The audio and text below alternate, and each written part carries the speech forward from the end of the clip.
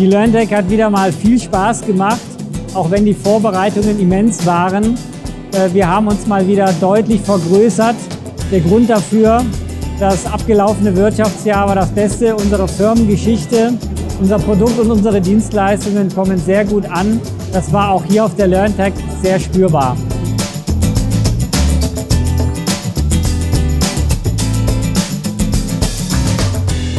Vitero Inspire steht dieses Jahr im Zentrum. Alle unsere Kunden werden wechseln auf die neue Generation, unser Super Upgrade. Wir bieten den Kunden einen Parallelbetrieb an. So kann jeder Kunde selbst dann den Zeitpunkt wählen, wann er soweit ist, dann auf die neue Generation produktiv zu wechseln. Neue Generation bedeutet HTML5, WebRTC.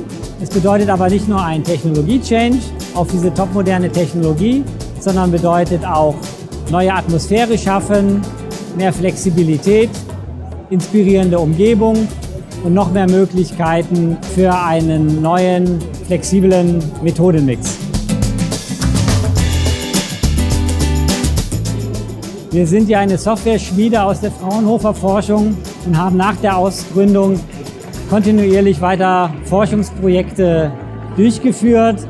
Dieses Jahr geben wir aber nochmal so richtig Gas und haben seit Jahresbeginn 3 parallele Forschungsprojekte. Eins in der Telemedizin, ein Forschungsprojekt, wo es um die Internationalisierung geht der Berufsausbildung und ein drittes Forschungsprojekt, da geht es um die Digitalisierung der Führung.